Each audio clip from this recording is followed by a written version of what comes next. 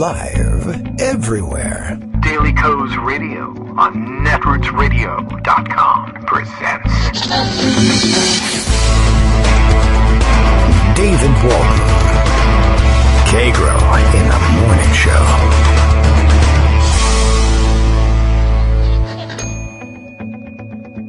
Now, here's David Waldman. Hey, good morning, everybody. How you doing? It is Monday, May 11th, 2020, and time for yet another show. How was your weekend? How was your Mother's Day? Was it interesting? Was it restorative? Did you relax over the weekend? Were you able to? Was your calm shattered by the idiot president tweeting up a storm of conspiracy theory tweets? I don't know. I, luckily, mostly was able to ignore it. That was that was fun. I only noticed afterwards that I had ignored it, which was pretty good. That's an accomplishment for me. I think I opened up a badge on one of those internet games or something by ignoring most of what went on. But most of the rest of the country, I guess, got a peek at it. And, well, you know, things are falling apart fast. However, I do want to say I do have I've got a thread tucked away that I had seen, and then I had, at about the same time, saw a couple of people recommending that maybe it would make good fodder for the show, and I think so. End of last week was a little depressing. Beginning of this week is a little depressing, because, of course, you know, we're seeing the collapse of institutions, and we hate watching that, and it always hurts, and, you know, it's always worth pointing out, and it's worth pointing out the dangers if you let it go. But an important thread, I think, we'll throw in there in discussion at some point today, whether it's with Greg or later on, to remind you of exactly what's really going on here and what your job is. What's your role in all of this when you see institutions collapsing around you? What are you supposed to do about it? Are you supposed to point and scream? Yeah, it's not that you're not supposed to do that. But anyway, we'll get a very different perspective on things and what's going on. I think it's all intuitive. You probably all understood it at some level, just the way it's being explained. But it helps. I don't know if lift the spirits is exactly the right word, but it'll help you gain a better understanding of what's going on and how to react to it. So, okay, we'll promise you that. Just as Republican critics of the stay-at-home orders apparently are pretty sure that we were promised 2 million dead. Well, I don't really know that was the promise, of course, but I've been seeing a lot of things. This morning's Twitter headlines and headlines in the news from around the country. More protests, of course, and I suppose the time has come to start really questioning why they get so much coverage. But then again, we talk about them, so maybe that's why we must be the key to this. I'll see if I can fix all of that. But in addition to the protests, I guess you probably all saw the video from a restaurant that nobody probably ordinarily would give a crap about one way or another, that opened up for Mother's Day. It's in Castle Rock, Colorado, which is not really a place I know anything about or have ever heard of, or likely I don't think we'll ever see in the news again until this cluster of disease starts getting reported. But apparently some, restaurant, cafe kind of place opened up for Mother's Day, and they're very proud of themselves. They did about twice the trade that they are used to seeing on Mother's Day, which doesn't surprise me because it wasn't a whole lot, quite honestly. But all right, for now, when we're all used to social distancing and 6 feet between people and people in masks, etc., it was quite startling to see how many people were there. But the place was more crowded than it should have been. But the video, featured mostly people just going about their business, one or two people cheering because of all the tyranny that they had defeated. And this, too, was another theme of the morning for me. Every time they show me one of these pictures of the people protesting tyranny, I am wondering where all the tyrants are in these photos. And I can't find any of them, and they're not doing anything tyrannical as far as I can see, even if they do appear in the photos. Questions in people's minds: why, if there is a shutdown order still in place in Colorado, you can open up a restaurant and put video of your opening, overcrowded opening, on social media and not get closed down.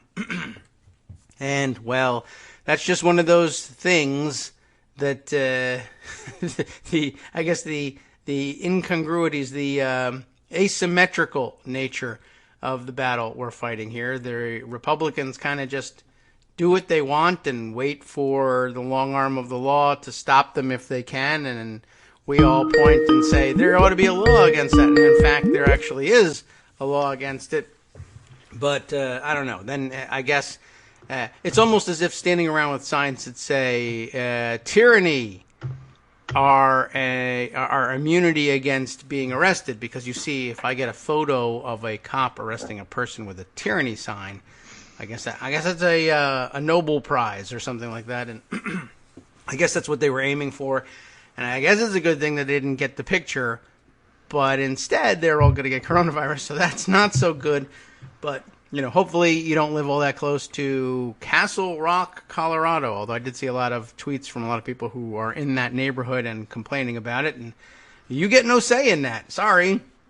That's just the way it is when your neighbors decide that coronavirus is a hoax, or it's part of their freedoms to go get it or get refills for themselves or what have you. So, I don't know. Interesting Mother's Day weekend, to say the least. Greg Dworkin is here to help round that up. We should probably begin, Greg, with the much circulated photo of the pair of glasses baked into the bottom of a loaf of bread. Don't you think? Did you see that? If I knew about it. Oh, see, I thought that was so widespread. Well, all right. Maybe I've lost my sense. You know how coronavirus, you can lose your sense of smell and taste. If I could find my glasses, maybe I could see the picture. Right, yeah, I would show it to you, but they're in the bottom of non-banana. It's an internet phenomenon. Maybe that's where my glasses are. Yeah, that could be it. And maybe they found my glasses. That's so cool. I can slice them for you if you like. How did you do that? As well. So the thing is, not only weekend. does denial prevent you from getting arrested, apparently denial prevents you from getting coronavirus. Just ask the White House. Yeah, well, for the past 36 hours, none of those people, no additional people have gotten it. So that's it. The funny thing is that you live by the attention, you die by the attention. Yeah. Many of the complaints we have about media, and Margaret Sullivan has a good one that maybe we'll go over today, certainly part of my pundit roundup. All right.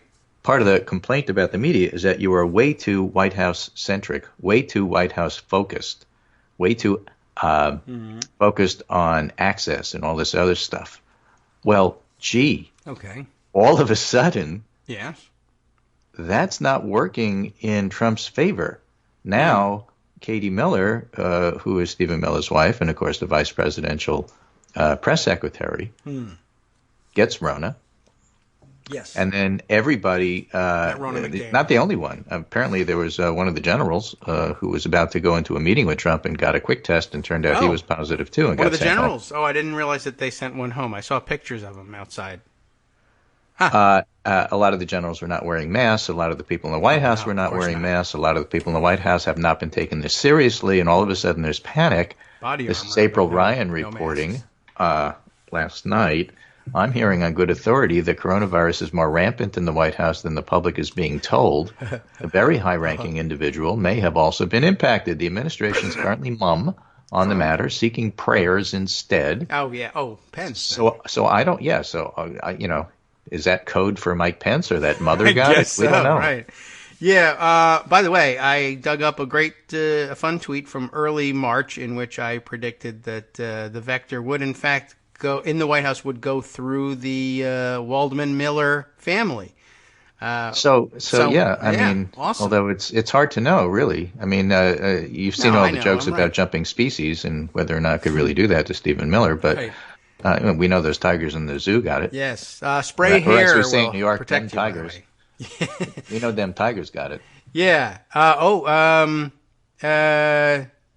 What, I don't know his last name. From Siegfried and Roy. Roy. Yeah, Roy. The tigers. I knew it. Roy got it. He was Roy died from it. Actually, he was 75.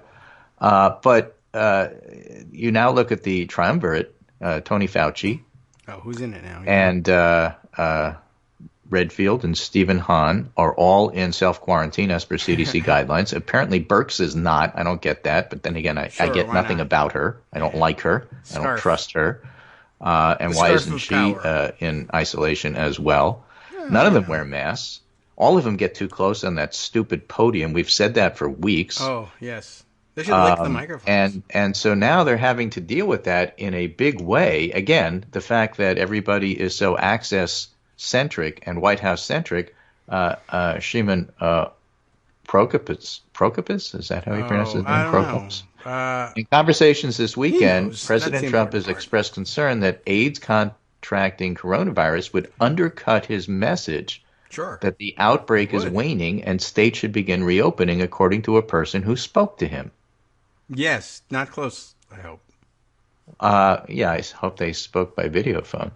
But, you know, or teleconference or whatever. The whole idea that now the White House is in panic because basically there's an outbreak in the White House. Let's be clear about this. All right, yes. And it's a hot spot. And people are getting sick. And none of them have been taking this seriously. And this is in an environment where they get to get tested every 45 minutes and the rest of us don't. Yes. Is just remarkable. And of course it undercuts it because, reality, in fact, has a liberal bias here.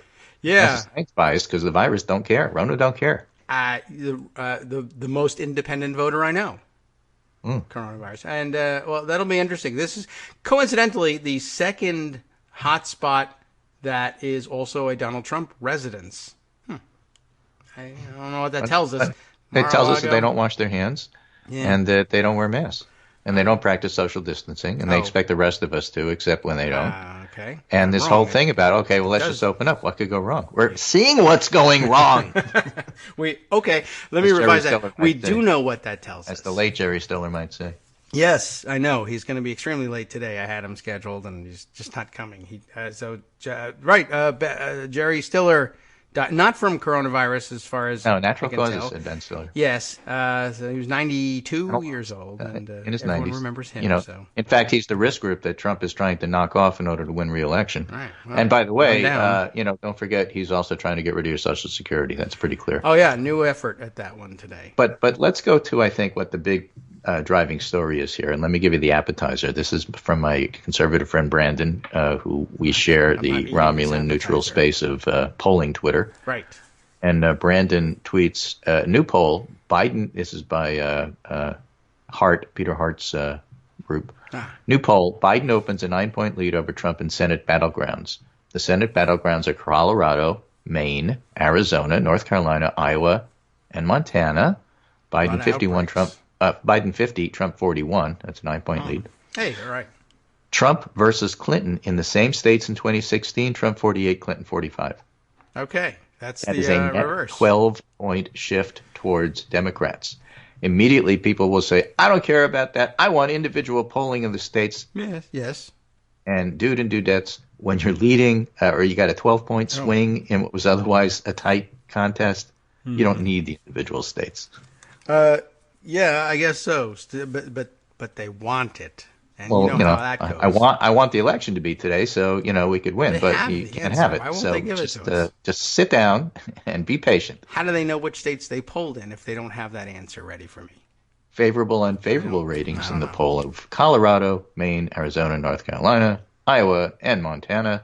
Trump 39, favorable, 51 unfavorable. Biden 38-39. Is Trump right or wrong to oppose the expansion of mail ballots? Right 29, wrong 59. Strong support for vote by mail. You could look at these numbers and say Trump 39, 51, and Biden 38-39. Maybe there's some room to redefine Biden, except he's been around forever, and good luck with that. And we'll get to that in terms of their brilliant strategy of trying to tie this whole thing to China. And, of course, Biden equals China because everybody knows that. Sure. Yeah, exactly right. So here is, I think, that appetizer to the main story. Not main Susan Collins, although it could be because she's the lead picture here. Oh. And guess what? She's worried. I've lost my appetite.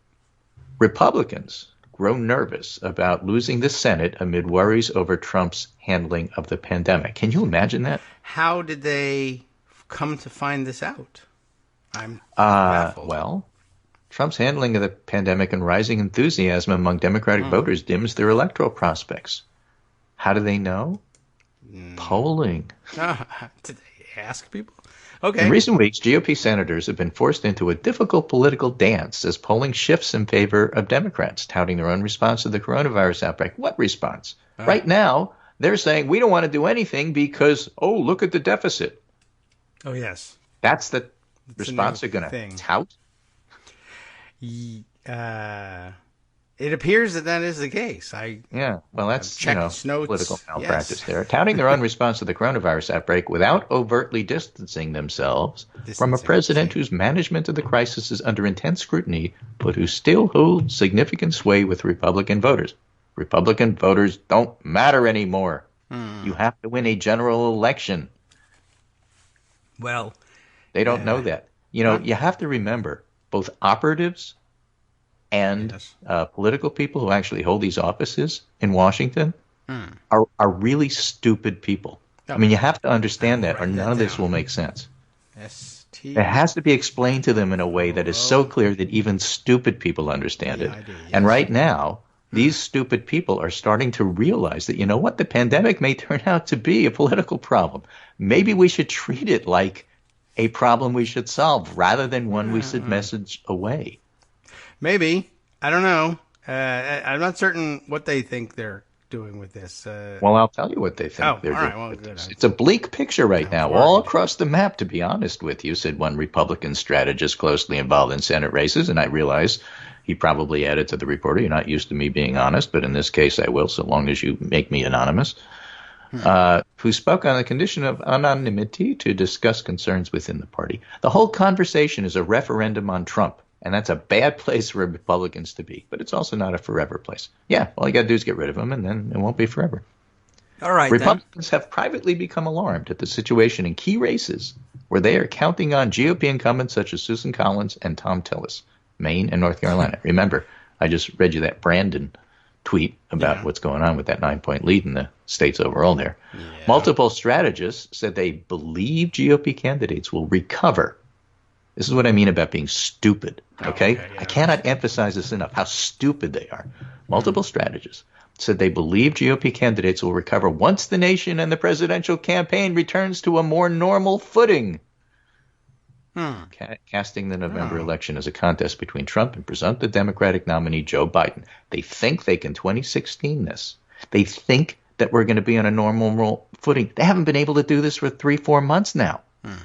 What's going to all of a sudden change? People are going to get jobs? Yes. They're stupid. They're coming in the mail. Have I pointed out my opinion of them? Democratic Senate candidates in the most closely watched races also could be benefiting from a lack of scrutiny and negative ads with the nation's attention consumed by the pandemic. It's going to continue to be consumed by the pandemic. All of this is based on the strategy that they're not telling you, which is it's all going to go away once the weather gets warm. Yes. Oh, right. And as you know, all the places where the weather is warm, where they have it, I assume, what do they tell people? They don't.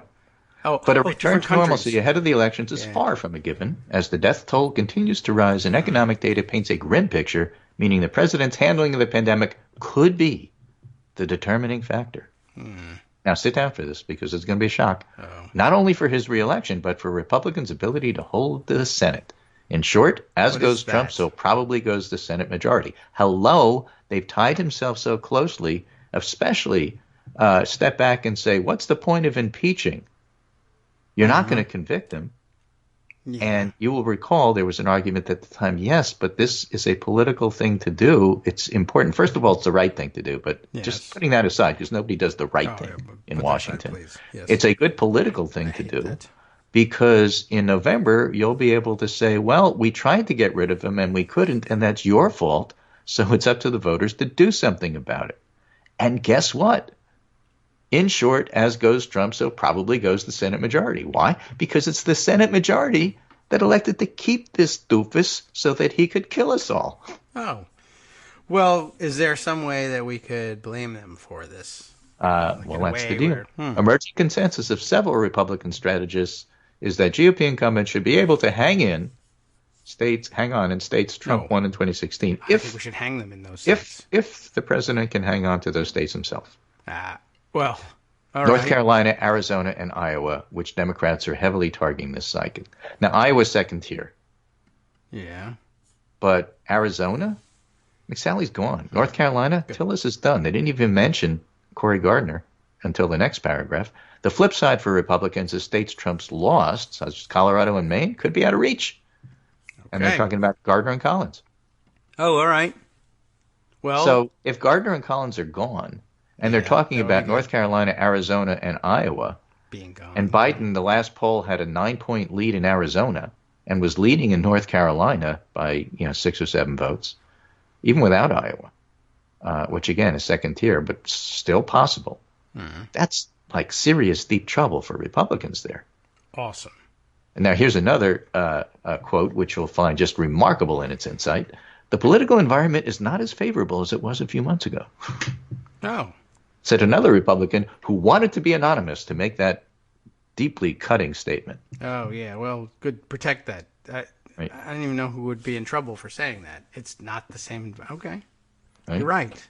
And then they bring up other states like Georgia, Montana. Yeah, those guys. Okay.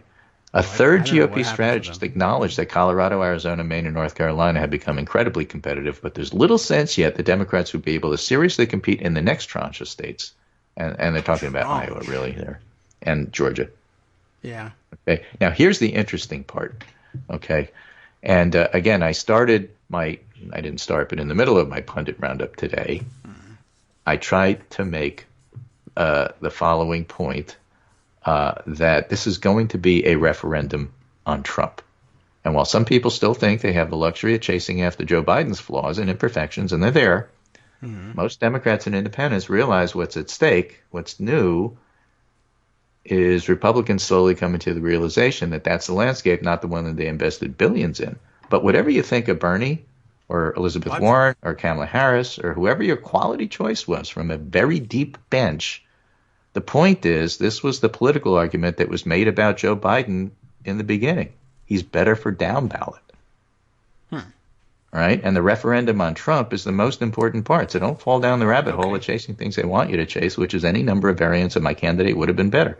Maybe that's true, but it'll have to wait until next time. Eye on the prize, which very much includes the Supreme Court and medical and economic survival. There's that too. So that's all part of it.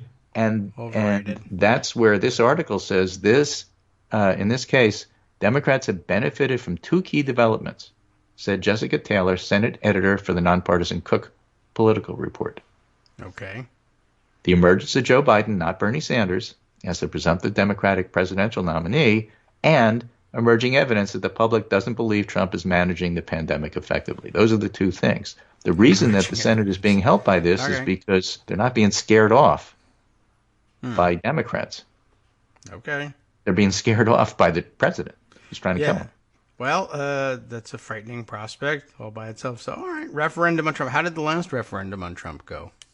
Well, when did we have one? Well, that's what they said 2018 was. Oh, well, that didn't go well for him. Oh. He said it wasn't, but we said it was. The first quarter of 2020 was also a boon in fundraising for Democrats, with 10 challengers outraising GOP opponents.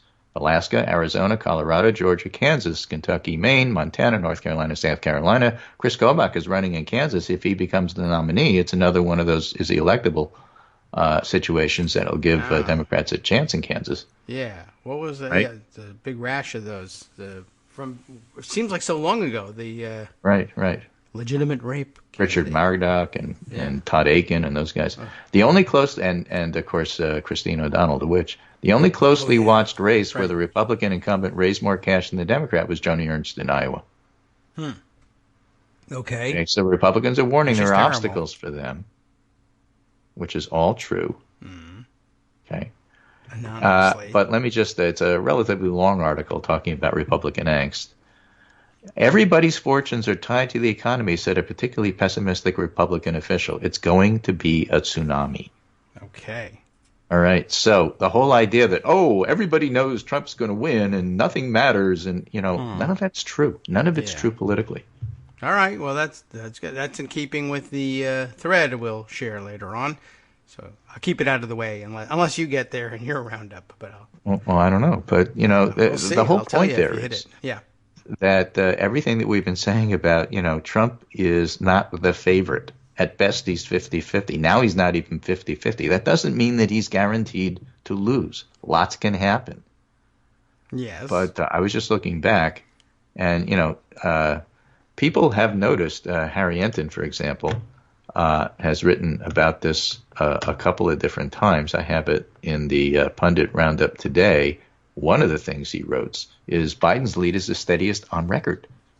Biden's lead is about as steady as it can possibly be. Not only is he up 6 points over the last month or so, the average of polls since the beginning of the year has him ahead by 6 points. 6, I guess, yeah. Moreover, all the polls taken since the beginning of 2019 have him up by 6 points. I would like 16 if we can get it. Well, funny you should say 16, because I was just looking at Mondale Reagan. Ha, ha, ha. It is funny. Yes. At this particular point in time, pre that election, that is to say about April, May, and Reagan was winning by 15. And there were all these articles about, 15 isn't as big a lead as you might think. I mean, they could cut it by half by the time they have their convention. And, if this happens or that happens. And you may recall Walter Mondale picked Geraldine Ferraro as his vice presidential running mate. I was coming across all these articles that said if Mondale only picks Dale Bumpers, he could wind up getting a lot of the South back. Dale Bumpers, wow! All right, sure. Talk about memory lane. Dale, but baby the point is that you could have a 15-point lead, and it turns out really is a blowout because that's what happened. Yeah. And you'll still have brilliant pundits telling you, the polls don't really mean what they say. I guess not. Dale Bumpers. Wow. That aged well. So did Dale Bumpers, by the way.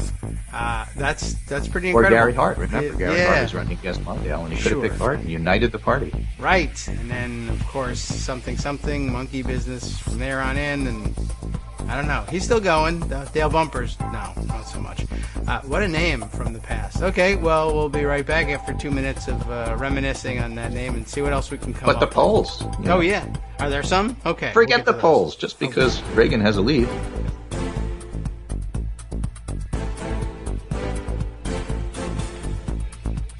Hi, everybody. It's me, David. Let's change things up from the old fundraising pitch for just a minute and talk instead about how you can be a part of our show. If you've got a smartphone or any other electronic recording device, why not sit down and record a segment for us? Read us an important article and give us your take. Read one of your own original essays, or even just give us your commentary on something you'd like to share that's important to you. Then send the file to me at kagrox@gmail.com, and I'll try and work it into the show.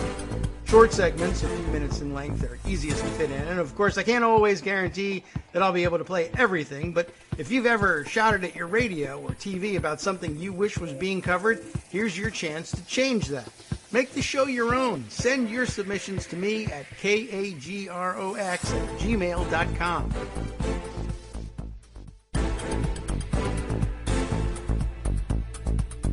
Welcome back now to the Kagro in the Morning Show here on Netroots Radio. Interesting fact I learned over the break, Dale Bumpers' wife's name was Betty, so actually Betty Bumpers, and that's not even a joke. So that's I got a kick out of that one, and I thought a lot about that over the break. That Dale Bumpers it seems like such a reach, but the more I think about it, the more I realize, that was clearly the fashion at the time. They thought a Southern Democrat was the only salvation of the party. And then we did, in fact, end up with Bill Clinton. Bumpers was from Arkansas and was a prior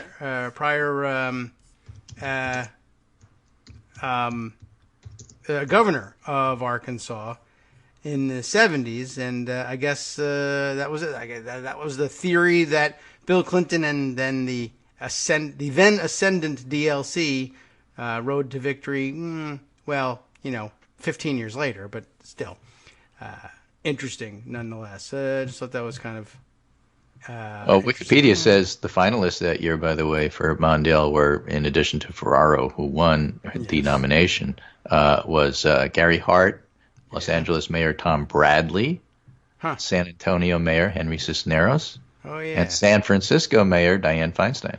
It was a good class, I'll tell you. And by the way, Arkansas, that office of governor, really produced some serious players. It says here that his successor, Bumpers' successor in the governor's office was David Pryor. Mm-hmm. That guy never did anything, right? And then I guess probably after him was Bill Clinton. So, Right. And then, there were a bunch of others who were at least in the mix for discussion besides Dale Bumpers. There was Joe Biden. Right. He was alive then. Chris Dodd. Him too. John Glenn. Senator Fritz Hollings from South Carolina and Georgia Senator Sam Nunn, just to give you an idea that it was a different world back then. It was. That was an interesting crowd. Yeah, but anyway, that was then. This is now. Right now, we're in the middle of this pandemic, and Trump wants America to normalize coronavirus deaths. It's the media's job not to play along, says Margaret Sullivan. Comparing the number of deaths from COVID-19 to those caused by car crashes never made any sense, but the gimmick caught on anyway. No, in fact, cars kill about 40,000 people a year. Virus-related deaths hit 70,000 in 2 months. Points out these are a stupid comparison. And it's part of normalizing death, which is what the media should not play along with. Right. And Elon Musk is making self-driving cars. That should cut the car deaths by Elon Musk said the virus is going to be zero by April. Remember that. Well, right. So that was a great prediction. He's sticking by that somehow. I'm not sure how. I think he'll launch you into space if you disagree. And, so we're now at twice the automobile accidents, by the way. We are past 80,000, and there was a big pause in the counting for Mother's Day. So now you have to pick something else where it's just like... Right. War. How about the 1918 pandemic flu? Yeah, that's a good one. Oh, that's bad because a lot of people died. COVID arrived in the U.S., says conservative Heath Mayo, on January 13th. Wednesday is May 13th. Yes, all right. That's 4 months. 4 months to figure things out, communicate a plan, and to get testing and tracing in place. Instead, it seems we're just opening up because of politics. Our leadership completely failed this test. That's really what's going on here. They made a big push. They got their whole media push about opening up. Fine. Now what? When those numbers don't change and start to get worse, they own this. They had no plan. And not only that, their whole nonsense act of pretending it doesn't exist just got disrupted because there's a big hotspot outbreak in the White House. Yes. Didn't somebody have to give a remote interview? One of the White House representatives on one of the Sunday shows had to, go out to the broadcast van. Well, speaking of remote interviews, there's going to be some remote hearings in the Congress this week. I think tomorrow Tony Fauci is going to talk to the Senate.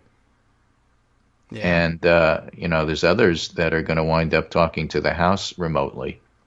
So things are still going on the congressional side, even though the White House is trying to dominate the conversation to its detriment because people are seeing what they're doing and not doing, and we're watching in panic. Heath Mayo goes on to say, we should have been told clearly by our leaders why opening up is safe. That was the missing part, by the way. Oh, well, because there wasn't any... Why is it safe? Reason. It's not. Well, no, we don't know. It's not. We don't know that it is. That's why it was missing. I see. How the rate of spread can be detected and controlled with X amount of tests and Y amount of tracers, by how much mitigation controls the rate, and none of it. Instead, we just have to do it. We'll see, has been their message.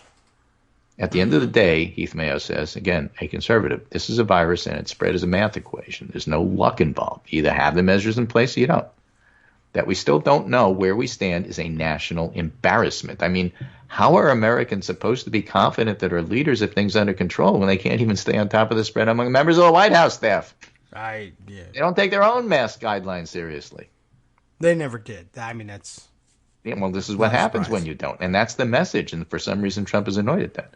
After this is all over, there needs to be a full-scale commission that conducts a top-to-bottom investigation of our national response to this thing. We can't afford to be this unprepared and incompetent ever again. We're the United States. We're supposed to lead. Yeah. Look, the leadership has been abysmal regardless of whether reopening now is the right thing to do, because nobody's given a satisfactory explanation as to how a second outbreak won't occur. And how do you have a second outbreak when you haven't dealt with your first one, by the way, I would add. Well, right. He says people are still afraid to go out because nobody really knows where things stand. He's absolutely right. Well, in everything he said. Maybe that is it. Maybe that's the plan. We won't have a second outbreak. Rest of the world. Now, there's other stories going on besides that, but those are the big ones. All right. Big week of Supreme Court action coming up. Not the bread. Tomorrow has oral arguments on Trump's bid to shield his financial records, including tax returns, from scrutiny. Right. Yes. And Reuters has a piece on what's at stake in the Supreme Court fight there, so that's important. George Conway is certain he's going to lose there, Trump. I don't know what that means. Yeah, I don't know what that means either when Trump has ideologues in the Supreme Court. GOP rekindles deficit concerns, adding snag to talks on aid. All of a sudden, the deficit peacocks are back as an excuse for doing nothing. And this is the same Senate that wants to run on their great response to the coronavirus as a way to stay in power. Yes. Rick Scott, who is financially sequestered from this, says that you have to stem the red ink. We got to figure out how we're going to pay for it, or we're going to ruin the economy. Oh. Or we're going to ruin the economy. Does he have any idea what's going on around him? The economy thing is doing great. Trump, the article goes on to remind us that Trump once declared himself the king of debt. DEBT. Yeah. Not DEATH. Well, now he's going to have both. Yeah. He's the emperor of death, but the king of debt. As generally broken with Republican orthodoxy and deficits and spending. So you have people like Susan Collins who say that's ridiculous. You got to spend because our state needs it. And you got people like Rick Scott saying, screw that. You know, the important thing is to pretend that we care about the deficit. All right. Yes. So basically you have a united Democratic Party and a divided Republican Party. And we know what happens when one party's united and the other's divided. Trump's in the White House, and so we don't know what he's going to do because he doesn't know what he's going to do because he doesn't think about this stuff. And then here's another story, and this is a process one, which I thought was just keep this in mind for like maybe later, hopefully never. It's by Jack Goldsmith and Ben Miller Gutnick in Lawfare. It's called A Presidential Succession Nightmare. It's one of those process stories. All right. Wait, I have nightmare music. All right. Let's go for that scenario on a dark and rainy, stormy night. Yes. All right. Right. Where Mike Pence, through his Katie Miller press secretary, catches Rona. Cool. And becomes very ill. Yeah. And then Trump catches it and becomes very ill. This is not so much horror as many people probably consider this to be porn, but go on. Okay. So let's say they become incapacitated. Yes. Who becomes the president? Now, you can go back to Schoolhouse Rock. I know what your answer is going to be. Yes. It's the real answer these days is the leading podcaster. That is me. Who becomes president? The real answer is supposed to be the Speaker of the House. Yes. But here's the problem. Okay. Lawfare. I got it. Let's see. The government didn't take steps before the crisis to prepare in ways that could have mitigated the damage. And we're not talking about the pandemic. We're talking about the Presidential Succession Act of 1947. Imagine, it says, as it is easy to do. This is why doctors always look at lawyers like cross-eyed, like, what are you doing? Imagine, as it is easy to do, that President Trump and Vice President Pence die or are temporarily unable to discharge the powers and duties of the office of the president due to infection by the coronavirus. As opposed to just incompetence. Well, let's just say it's because of the coronavirus. Let us do that. Let us say it's crushed by a piano. Let's speculate. Yes. All right. Okay. The 47 statute says that in the circumstance, Speaker of the House Nancy Pelosi, quote, shall act as president after resigning as Speaker and from Congress. After resigning. Okay, yes. Yeah. Pelosi would wield all the powers of the presidency consistent with the law. She could issue whatever executive orders, yada, yada, yada. Whether this scenario is a nightmare or salvation may seem to depend upon one's political outlook, but in truth, it's a nightmare scenario for all Americans because there is a powerful, though not airtight, argument that the Succession Act's placement of the Speaker in the line of presidential succession and after her the President pro tempore of the Senate is contrary to the Constitution's secession clause. What? That clause states only an officer may succeed and act as president, and most of the pertinent commentary maintains the term officer does not include members of the Congress. That is not a good argument, but all right. If that is right, Pelosi could not constitutionally act as president, even though the statute says she can. Yes. And who would decide the controversy? That would be probably the old panel from the show That's Incredible from the 70s and 80s. Yeah. So, see, the point is I'm not a lawyer, and I don't play one on the nets. I'm not going to go into the arguments on either side. But I will say from a political point of view, yes, if the Republicans decide to challenge this, yeah, well, sure, why not? then all of a sudden you have a divided country where nobody can agree on who's president, and that's bad. We have that now. I don't think he's president. Yeah, but the majority of the country doesn't agree with you. Now, this would be a case where it might actually be a 50-50 opinion. Right. I don't think so, because I think like everybody saw Schoolhouse Rock, and everybody knows that, Pelosi becomes president, regardless of what your stupid argument is about the Constitution. But again, I'm not a lawyer. And maybe it's not a stupid argument, and maybe it was vague, and maybe that has to be clarified, and all that is true. And it's always better to do it in advance, which is really the argument of this piece, that you should clarify it before it's a problem, because otherwise it's a problem. But I'm saying to you that since Republicans never give up power without a fight, they would fight. All right, yes. And that's messy, and that wouldn't be good. So maybe it's better that you clarify that. Yes. All right. Well, yeah. Although I guess my guess is if you clarified it, then the Republicans would you fight can go the about 25th that. Amendment route and not use a succession clause, and then you get a different person as president. Right. Well, okay. Even if he's got coronavirus and is dead, what happens after him in the 25th Amendment? I don't know. The other thing is, I don't remember this, but apparently people are saying, so maybe it's true. Many people are saying it, yes. Back in the 60s, after Kennedy got assassinated, yes, and Vice President Lyndon Johnson became president, he did do that. There was quite a space between the time he became president and Hubert Humphrey became his VP. Mm-hmm. And so what happens during that time where there's a president but no vice president? Yeah. Well, since 1947, it's been imagined that it was. So I'm just making the point that, it's, clarifying this and getting it all cleaned up would be a really good thing to do, although it's really hard to imagine anybody cooperating on a discussion like that right now. I guess that's true. I'm trying to think the article's trying to make the point that it's a mess, and I can see the point that it's a mess. Yeah, I'll agree that there's a mess to be found in that. I've always heard they've always referred to the Speaker of the House, the speakership, as a constitutional officer. Yes. Which is interesting, considering that the argument here is she's not an officer. Oh, all right. I mean, it may be a misnomer to say it's it's a constitutional office, certainly.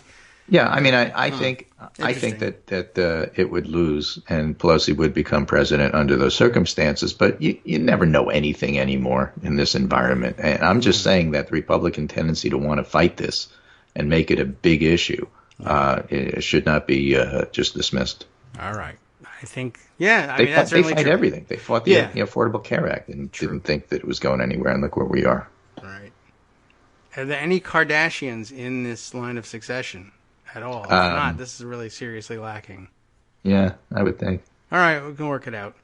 Anyway, so I'll check it out. Just if you want to change the topic and stop worrying about the pandemic or the Great Depression, at least you can always worry about this. Yes, excellent. We'll try that. I'm sure it'll go over well. I'm just doing my best to help everybody sleep at night. Okay. Well, anything else that we need to know about? Well, on a lighter note, this is a op-ed from a evangelical named John Fay, F-E-A. Fay. Did he free us from disease? 15 essay questions for a Trump inaugural address history exam. Huh.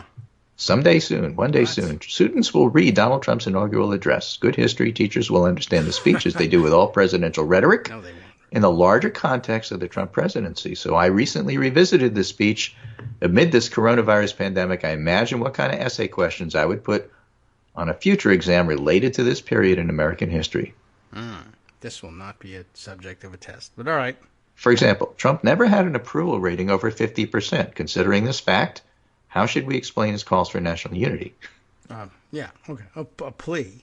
Other presidents saw their approval ratings soar in time of crisis. Why didn't this happen to Trump? God. You have 30 minutes. All right. This test. Yeah. Right. Trump said, remember, this is an evangelical. Trump said that the Bible tells us how good and pleasant it is when God's people live together in unity. Did this kind of spiritual harmony exist during Trump presidency? Did the church speak truth to power with a united voice discuss the state of American Christianity in the age of Trump.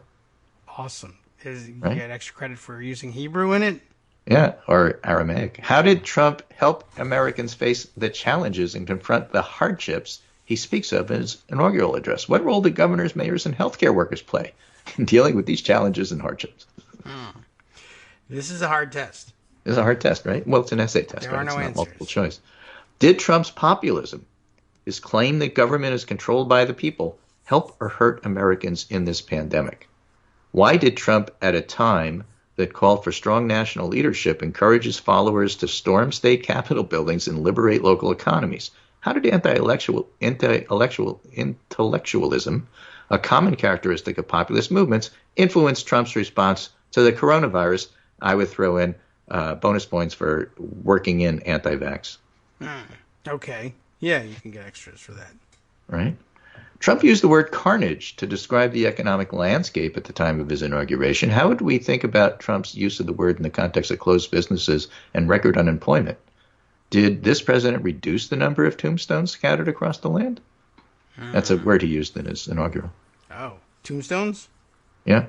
Where did America First lead the United States during the Trump presidency? What could the country have learned from South Korea, New Zealand, Greece, and Germany, all nations that succeeded in getting coronavirus under control?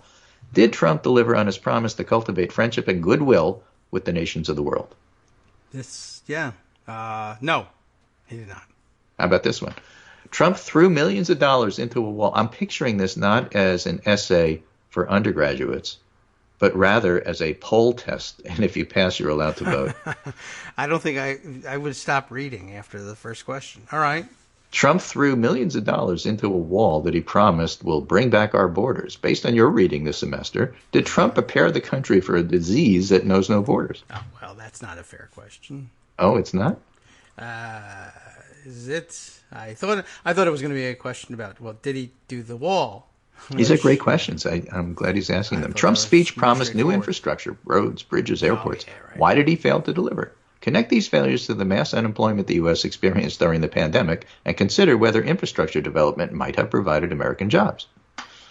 Not at that point, but maybe now. Well, are you hearing about it now? Is it Infrastructure Week yet? Yes, they have announced that. Trump said Americans are protected and will always be protected by the great men and women of our military and law enforcement, but this was also a time when many Americans were afraid. Please explain. I don't know. Guns. We're all supposed to carry guns. There's the explanation.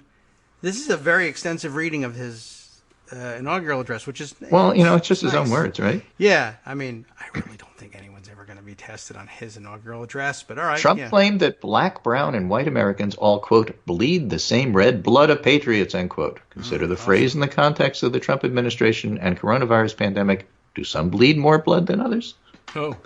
Well, he didn't talk about volume. He was speaking of the true. color. You didn't talk about volume or tone. Right. Right.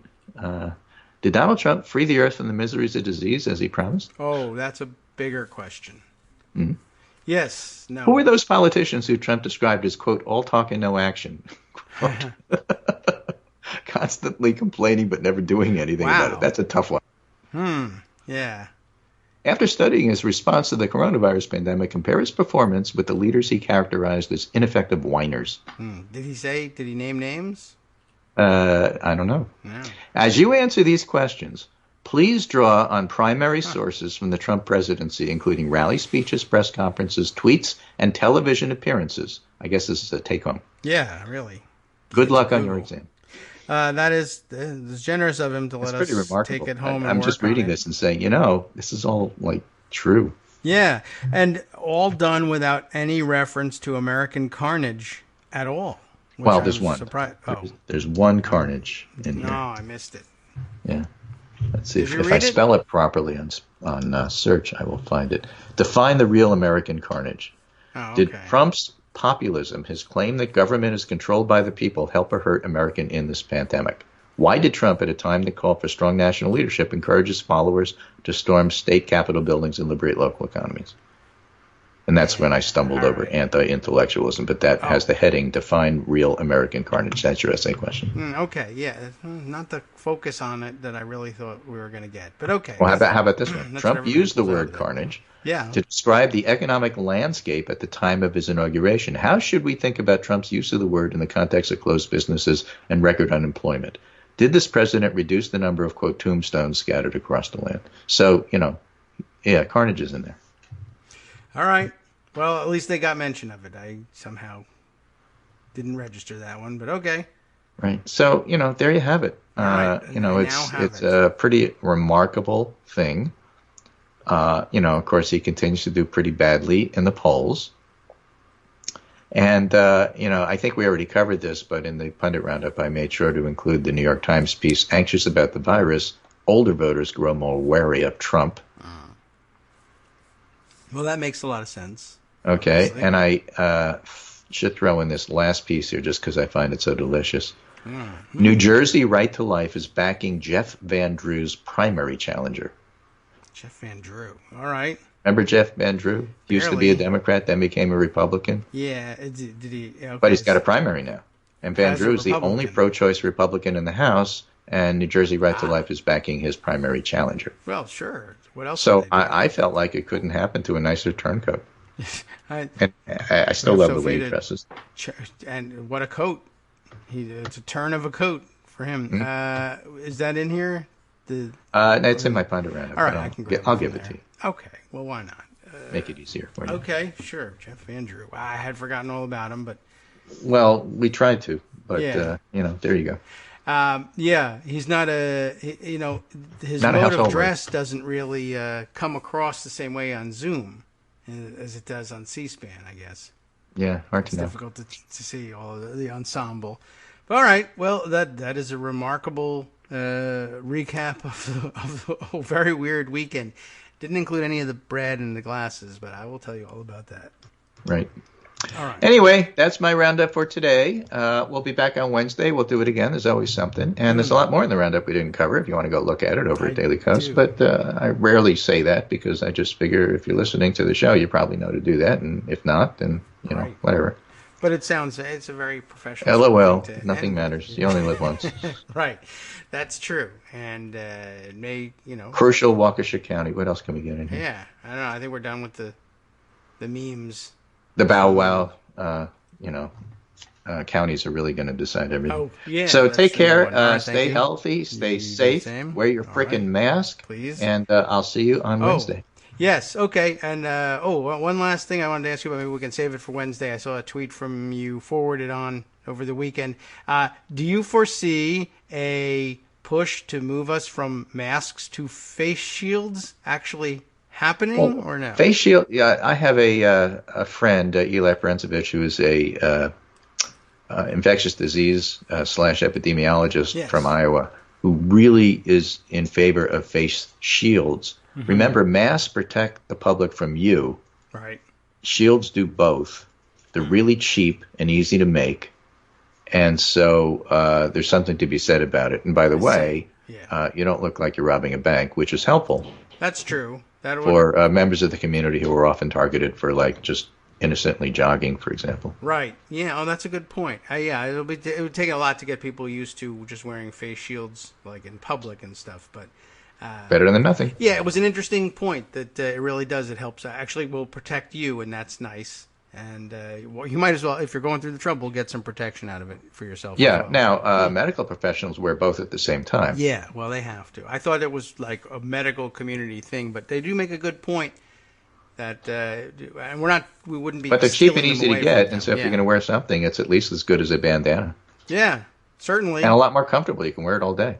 It just sort of goes as a headband around your forehead and then hangs down. Yeah. And it's not so uncomfortable to breathe through, and it doesn't get moist and yicky after you've been wearing it for a few hours, that kind of thing. Yeah.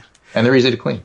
All right. Well, I saw some for sale, like we're at an actual store where I could walk out with them. It never occurred to me to get it until after I read the tweet. I still think it'll be a little odd and silly looking, but I mean, we're walking around in masks, so how silly could it be? All right. Well, and it's better than a welding mask too. It's a lot easier to see through. Yeah, exactly right. Okay. Or one of those World War One, gas masks. Gas masks, yeah. With the two filters on either side that make you look like an insect. Yes, right. It is very cool, though, if you want to dress up at a protest. A lot of people favor those. Yep. Alrighty. Very so good. that's what we have. That. That's all I have to say about that as far as say. What else can you do? All right. And I'll talk to you on Wednesday. Very good. Thanks a lot, Greg. Take Bye. care. Okay, bye. I did, in fact, see face shields for sale, and I thought I was at a restaurant supply store over the weekend because they very smartly, I guess they managed to get themselves, I guess they usually keep a supply, because of there being a supply store, of restaurant grade and restaurant sized cleaning items. And I'm sure as soon as the outbreak became apparent, they ordered up as much stuff as they could. And I don't know, maybe they weren't moving it because most of the restaurants are either closed or operating only as takeout, and they don't need to mop their bathrooms and kitchen. I guess they still have to mop their kitchen floors, but their dining room floors is often, I guess they're not using as much stuff.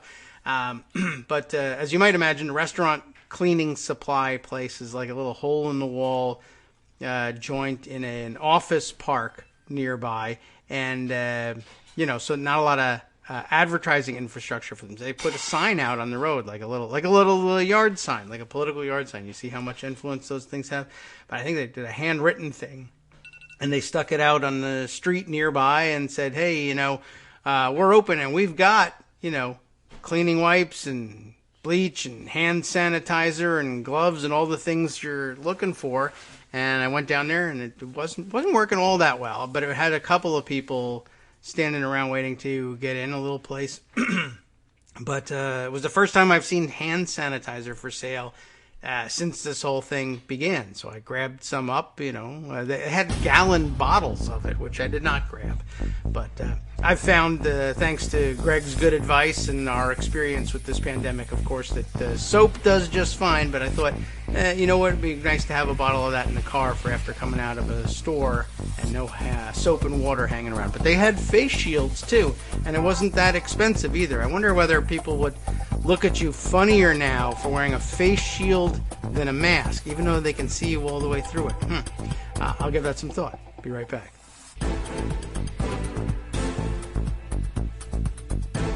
All right, welcome back now to the Kagro in the Morning Show here on Netroots Radio.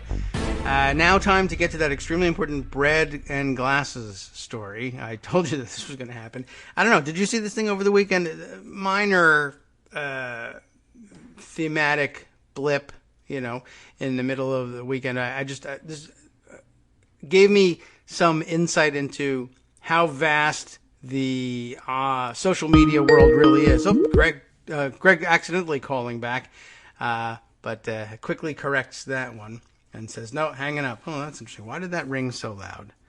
That was very odd. All right, well, at any rate, he just hit the wrong button there. I thought he had something extremely important to add to all this, or he found his glasses. I don't know. Did you see this thing? I saw, I guess, I don't know, early Saturday morning maybe, there was a tweet, circulating in my timeline that had been retweeted some umpteen billion number of times. Very, viral tweet. And it claimed that, it showed a picture of a loaf of bread, an upside-down loaf of freshly baked homemade bread with a pair of glasses baked into the bottom. And I thought, that's how disgusting and unappetizing. I would not want to make glasses bread. Why is this happening? And I looked, the tweet said, the one I saw first said, it was like one of those, hey, look at this funny thing that happened to me or in my household. LOL, my grandma lost her glasses while she was baking banana bread, and she went around blaming everybody in the house, for misplacing her glasses. Although, quite honestly, if you stop and think about it, like, who do you normally blame for misplacing your glasses? You, right? I mean, I don't recall ever, I've asked people, have you seen my glasses? I've misplaced them, but I've never gone around saying, you moved my glasses off of my face, or I guess if she took them off and put them down on the counter, and who moved my glasses? Why did you do it? Anyway, humorous little anecdote, and haha, because the picture, if you had your glasses on, you could see this, showed what happened to the glasses. She was blaming everyone when she had in fact dropped them into the bread pan, I guess, and then put the bread dough into the. I don't know how you even really do this thing, and it's not like you can't drop them into soup, and they sink to the bottom. I don't know. So somehow the glasses get into the bread pan, and she baked the glasses into the bread, and there was a lot going on in the picture, and I wondered. Those don't look like Grandma's glasses. I don't know, but whatever. Maybe they are. I wouldn't blame other people if I had misplaced my glasses, but she did. And then finally, that doesn't look like banana bread. It looks like regular white bread, but maybe they just used one banana and not enough, and so whatever. And I let it pass. It wasn't even really funny enough to retweet, but I thought, that's humorous.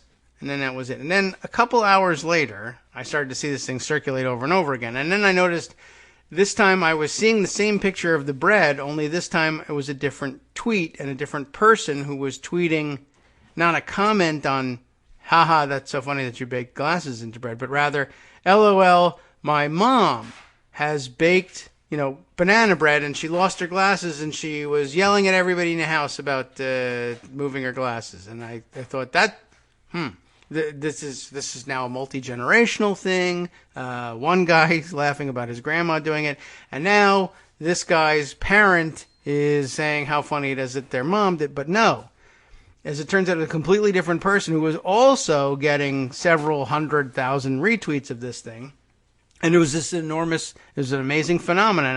I looked, and in the comments, there were people saying, but I thought, and the other person's grandma did what's going on here? And as it turns out, I searched, and there were multiple people over the weekend tweeting out, one person said that their brother lost his glasses baking banana bread. And it was really, and now I know we can't be talking about the same person. This is really becoming bizarre. And apparently, half a dozen people decided over the weekend, I don't know whether one person did it first and then somebody said 100,000 retweets. I want that for myself because it's so valuable and you can trade it for money. Everybody knows about this. And I will take this picture, easy enough to do, and I will say, LOL, my relative was baking banana bread and here's what happened. And what was amazing to me was, one, there's so many levels in this. This is a very complex. What does this have to do with anything? Nothing. But I guess imagine. Should I finish telling the story before I even ask this question? All right, so anyway, so 6 different people are stealing the picture and tweeting it around saying, my family member baked banana bread and they lost their glasses, and everybody's getting these rave reviews. Ha ha, that's hilarious. It's not hilarious. It's not even a funny joke. And they are all getting tens of thousands, hundreds of thousands of retweets.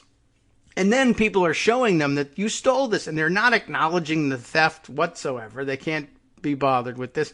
Then an even almost more extraordinary thing that happened was that I noticed that in each of the comment threads, somebody would then make the joke that, and I guess you have to see the picture for this. Remember, you're looking at a loaf of white bread at the bottom. So the bottom crust of white bread, and then this smushed, squarish pair of glasses, cockeyed, baked into the thing. And somebody makes a joke, which, at first I thought was, all right, well, that's interesting and clever. They said, the bread looks like Ed Sheeran, which I should point out, by the way, I had no idea who Ed Sheeran was up until about a week ago. But, because then I saw the movie yesterday, and he plays prominently in the movie, and I said, that's funny, but who is that guy? And my wife looked at me like I was crazy and explained. And he's a very famous songwriter, but he's very famously, I guess, white bread looking. And anyway, it was an interesting comment and a funny joke. And then somebody else said, not Ed Sheeran, Bread Sheeran, which is not a great joke, but it's there. And everybody enjoyed it. It was a weekend and they were having a good time. Then I noticed that each one of the 6 threads where people stole the picture from one another and said that their grandma, cousin, brother had baked banana bread and lost their glasses, that everybody somewhere in there every single time had said that bread looks like Ed Sheeran. So I guess it really must look like either that or the thefts are reaching a startling new level. And then they were all in turn answered by Bread Sheeran.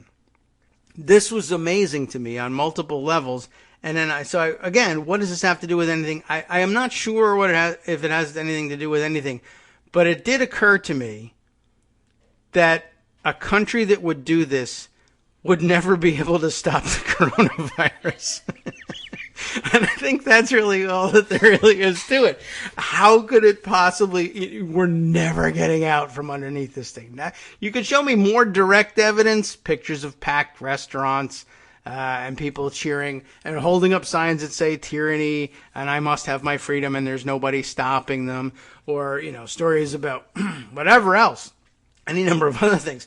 But I guess when they are finally like, well, but if they finally get down to the fact that there are only 10 people at these protests and only 100 people at this one, and there are 30 people in this restaurant or whatever it is, how could this really have resulted in the decimation of America, the collapse of American democracy and the world order in general, let's say, if that follows. I no longer think, by the way, that the world order will collapse in the wake of the collapse of American democracy. We're no longer relevant to the world order. But anyway, that was basically my big worry in all this. And what made the whole thing relevant to me for the weekend was we're not smart enough to get out of this. This is never going to happen. So that's the way I relate it to that. Anyway, that's not really a big story, but I was just surprised that, once again, there's so many people in the world and so many of them on social media that you can get away with that. And just stealing it. And as it turned out, by the way, the picture of the bread, I guess it must have happened to somebody, has been circulating on the internet since 2016. And I would love to know what motivated somebody to grab this picture and use it this weekend. And then for other people to say, I must also have this recognition and fame. And also, by the way, it is white bread. It's not banana bread. That's, I guess, the other layer of what made it so amazing. Not only am I going to steal the thing, but I also don't know what banana bread looks like. And I'm going to make this joke regardless. Why? Because it worked for the other guy. And that's it. That's the whole reason. Can you imagine? Do you think there was a debate at any point? I'm stealing this. I'm going to do this. Hilarious. I'm going to get 100,000 retweets, and then I'll be able to trade it for, free food for my family for years. And we're going to survive the pandemic now because I've made this joke, even though it's stolen. However, this really doesn't look like banana bread.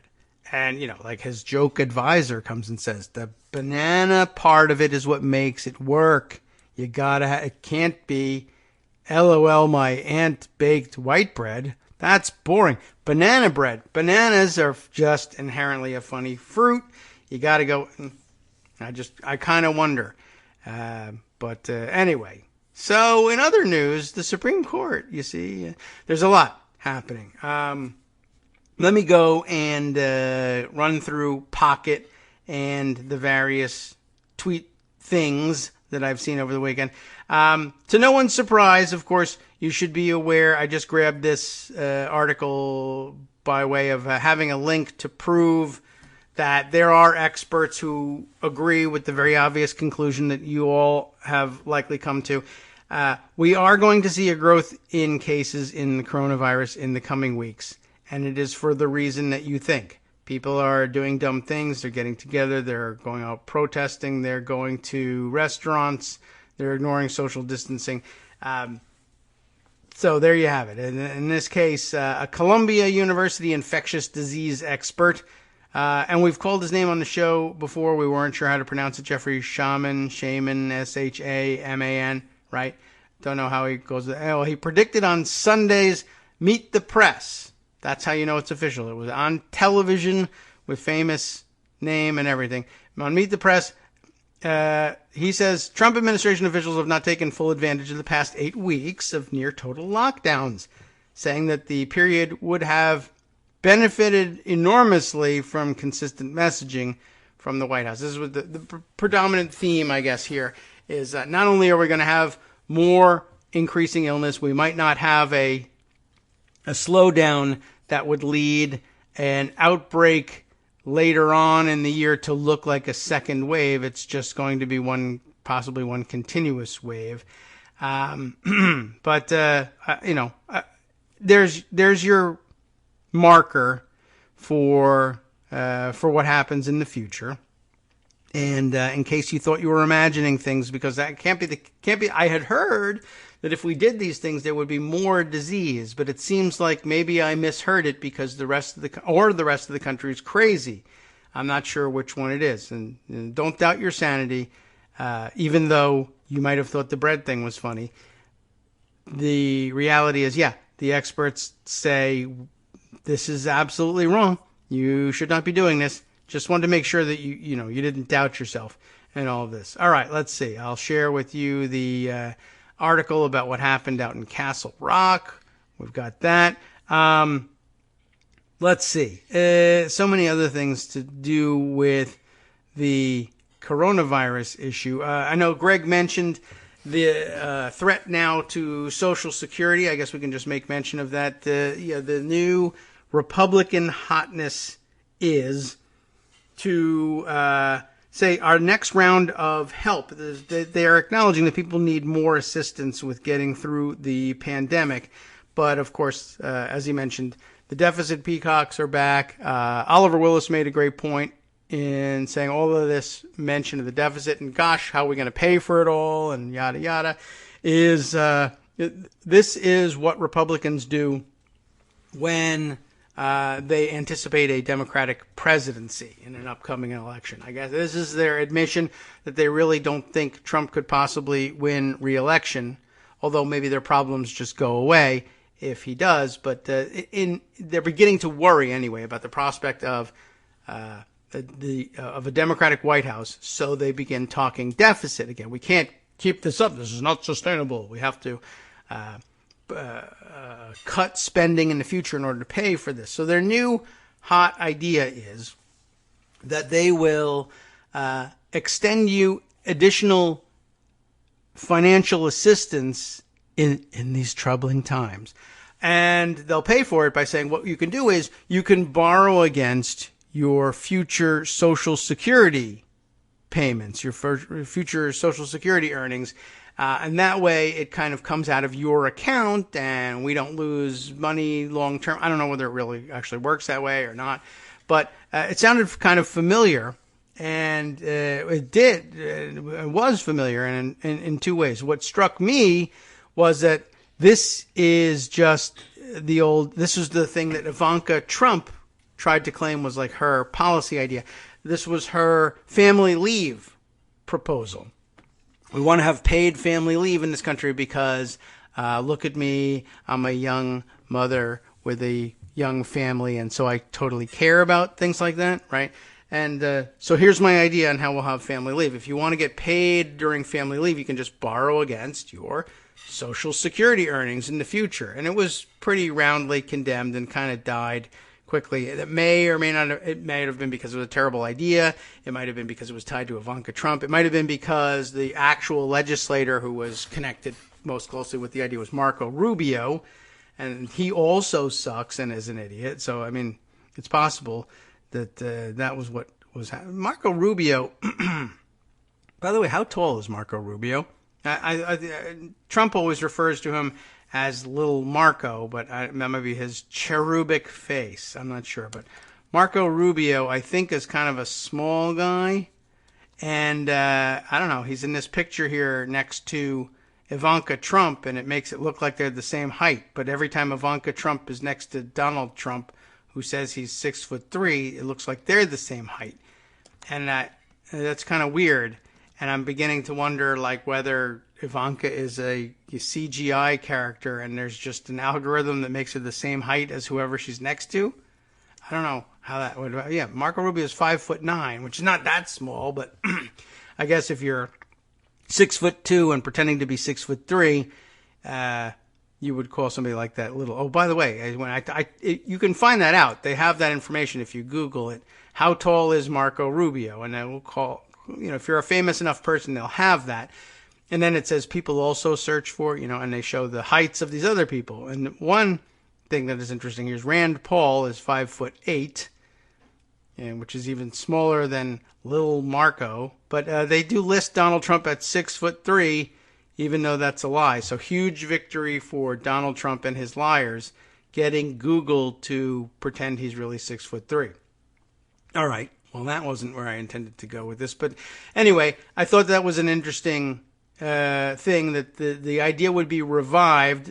Right now, I think it is credited chiefly to some Washington think tanks.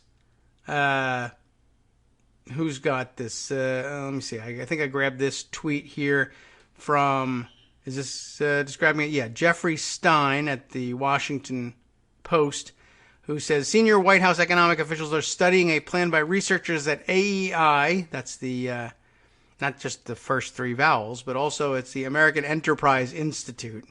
And that'd be great for them to get together with Oklahoma University on this, wouldn't you think? AEI-OU study?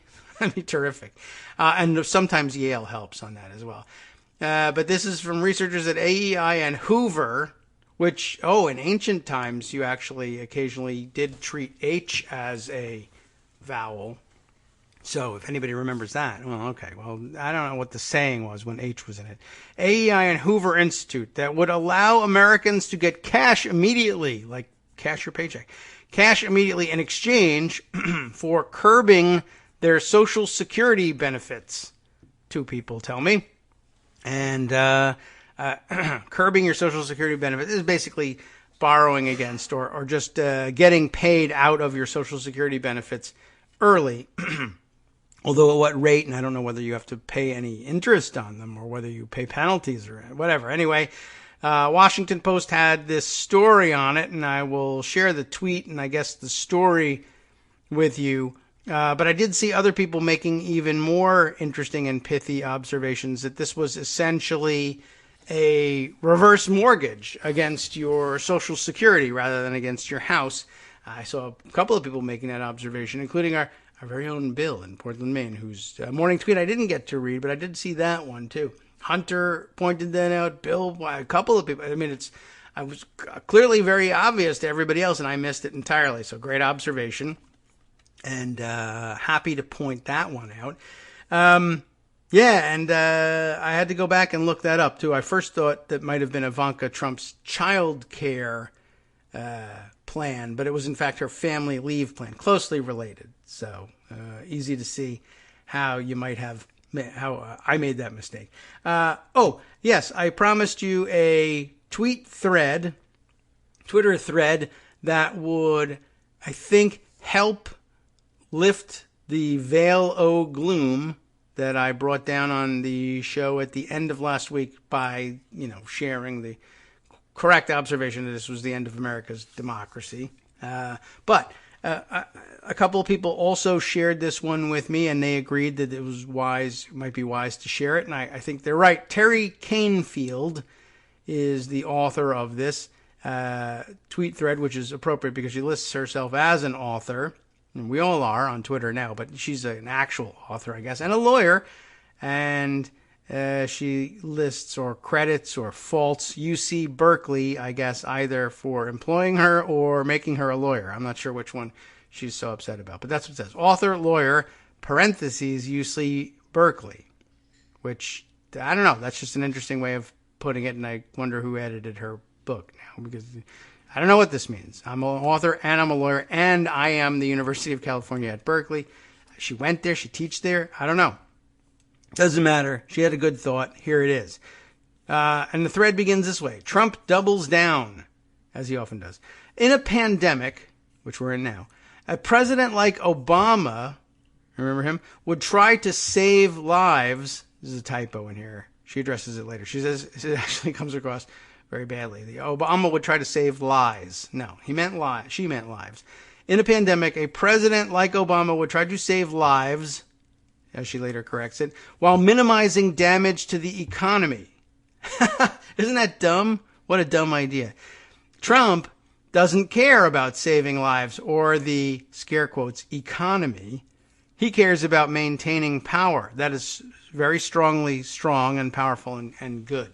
That's a much better approach. That explains yesterday morning's Twitter storm, and that was what captured most people's attention yesterday. He was crazy and blabbed a whole bunch of crazy stuff. He retweeted a bunch of crazy conspiracy theorists, and I think at one point he just tweeted out the one-word tweet, all capitals, of course, Obamagate, and that caught on. People were tweeting it as a hashtag, but it was never actually explained what Obamagate was supposed to be, and it's apparently still very unclear. But I think it stems from right-wing reportage over the weekend that something, blah, blah, blah, there was some information. I think they have put together another claim that Obama was the one rigging up the whole Russia thing somehow. And to what end, I really don't know. Doesn't matter. Anyway, here's what Terry has to say. So, in a pandemic, a president like Obama would try to do good things, saving lives, minimizing damage to the economy. Trump doesn't care about those things. He cares about maintaining power. That's what explains the crazy Twitter storm. Now, what to do about it? Terry goes on to say, 1, Trump can't manage the pandemic the way Obama would have. He doesn't know how. He isn't equipped to do it, even if he wanted to. He spent 3 years dismantling the government and appointing people loyal to him instead of experts. And putting scare quotes around loyal is a good idea because, 1, that's his word for it. And 2, we don't really know whether they're loyal to him or not. They are for the moment. We'll see what happens when the going gets rough. And thirdly, we also know that he can't respond the way Obama would have because using the government to help people goes against Republican ideology. And that's true. That's just plain fact. Recall that Trump and Obama draw their authority from different sources. Obama is what Max Weber, I think we've heard the name before, calls a rule of law leader. Paraphrasing from his book, I guess, Politics as Vocation, or maybe an article. It's linked here. Anyway, she says a rule of law leader relies on truth. And there's a clip here from the Weber piece here describing, I guess, three types of leaders. Ones that suck and are terrible and kill everybody like Trump, and then ones who are rule of law leaders. The rule of law leader here, here we have the 3 different types. Here, they're the third one. The domination by virtue of legality, by virtue of the belief in the validity of legal statute and functional competence based on rationally created rules. In other words, what we used to call presidents of the United States. That's how we work. The other types are the cult leader, right? Where the authority is the extraordinary and personal gift of grace or charisma, which is an amazing thing to think that Trump possibly is because he's a grizzled old, whatever, sweet potato chip is what he looks like. Anyway, absolute personal devotion and personal confidence and revelation, heroism, and other qualities of individual leadership. He has none of them, but he's convinced everybody that he's got them. Or he's convinced his troops that he's got him. And that's a very interesting thing all by itself. Anyway, the first one, by the way, being the authority of the eternal yesterday, i.e. the mores sanctified through the unimaginably ancient recognition and habitual orientation to conform. This is traditional domination, exercised by the patriarch and the patrimonial prince of yore. I don't even know where your is, but okay. Anyway, that's a very florid passage. Terry Canfield, I think, is much more understandable herself. Trump is what Weber called a charismatic leader. Today we might say demagogue or cult leader. I don't know how old this Weber thing is. He derives his authority from his instincts. This requires lies and myth. That is, my instincts are superior to science. I have a mystic connection to the nation's destiny. I know best. People are amazed that Trump is doubling down on the strategy that caused the Republicans to lose the midterm elections. Also to lose recently in the Wisconsin election and to bleed support since then. Trump's tweet storm yesterday morning, was the same thing we've seen from him for 4 years. And she includes a screen grab of a sampling of the crazy. Many of you probably saw it and don't need to be reminded of it, but it's interesting. And here's where the thread starts to become really interesting, right? People are amazed that he's doubling down on the strategy that, as she reminds you, it caused the Republicans to lose the midterms. It caused the Republicans to lose the recent Wisconsin election, even in the face of their voter suppression. And it has caused the Republicans to bleed support since then. It doesn't feel like it because he's parading around like a triumphalist, and then we all say, I can't believe people believe this stuff. LOL, YOLO, nothing matters. But again, the results are there. Loss, loss, loss. Hi, it's me, David Waldman, your host for Kagro in the Morning, and I've learned that I either need to update these announcements more often or stop saying that the announcements are brand new. What's not new is that this message, too, is a call for your support in keeping the Kagro in the Morning show on the air. My thanks go out to all of you who do support the show through your donations. The stats say that Kagro in the Morning fans download our program about 2,000 times each weekday. But our donors make up only about 8% of our daily listeners. Patreon.com, Patreon.com, makes it simple to make easy, secure, recurring monthly contributions to support our show. Patreon.com/KagroX gets you straight to our donation page.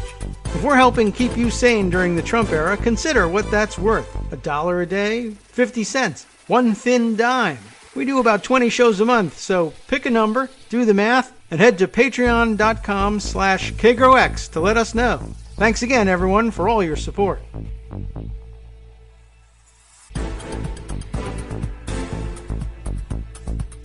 All right, welcome back now to the Kagro in the Morning show here on Netroots Radio.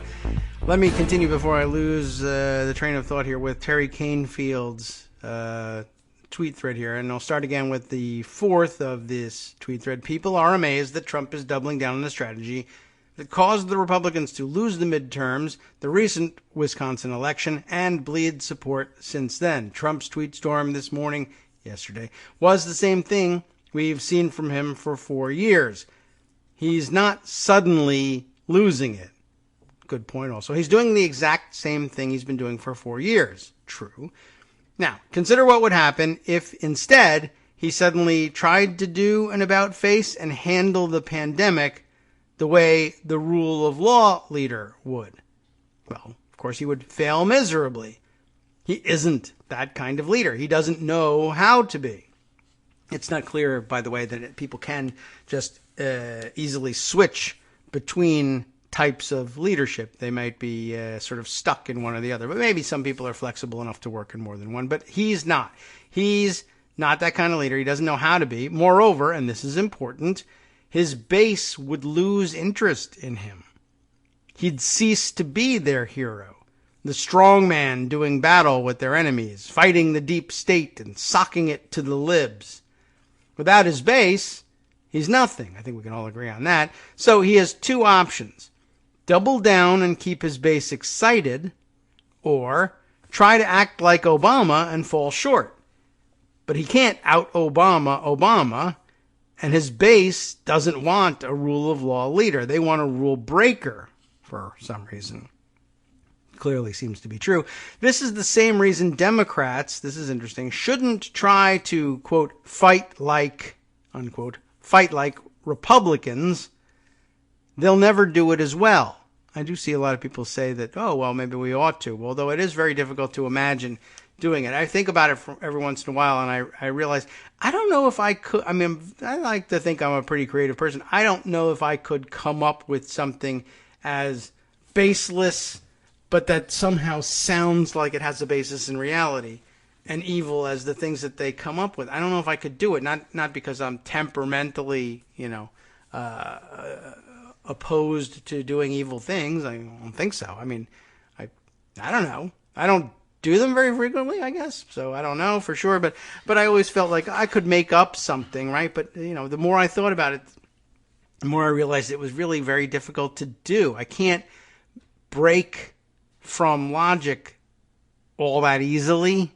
I guess that's just part of me, and I have difficulty doing it. But anyway, this is the same reason Democrats shouldn't try to fight like Republicans. They'll never do it as well. If Democrats try to compete in the arena of who fights dirtiest, they'll lose. You can't out-Herod Herod. Democrats and Trump critics want a rule of law leader. That might be a problem. It might not be a very popular thing to do, even if you do win. Anyway, what's amazing to people, she continues, is that according to every objective measure, Trump's handling of the pandemic is a colossal failure, yet he retains more than 40% approval. Some indication that might be higher than what he's got now. He may be slipping into the 30s, but still, any approval. There should be no approval of this thing, and yet so in the neighborhood of 40. And yeah, that's a big problem. So that is amazing to people. Despite, according to every objective measure, Trump's handling of the pandemic is a colossal failure, he still has approval. That's because a lot of people reject objective measures. That we see to be the case. They want the myth of the strong man. And here in the next tweet, in between here, she does correct. Yes, she did mean save lives, not save lies. That's how we know. Anyway, moving on here. Trump also retains better than 40% support, more or less, because he has a firm grip on what's left of the GOP, and he has a well-oiled propaganda loop. Doubling down is therefore the smarter strategy. He can retain the support he has and try to expand that. Or he can lose his base. All right. If he tries to act like Obama, he'll stop thrilling his base, which means losing support. And he still won't win over rule of law people, because he won't be able to do it very well, and no one will buy the transformation. He's already burned his bridges with people who prefer rule of law. So doubling down is the smarter and more cynical strategy. Oh, okay. I see what you mean. Trump's tirade yesterday morning followed the same formula he's been using for years, times 10.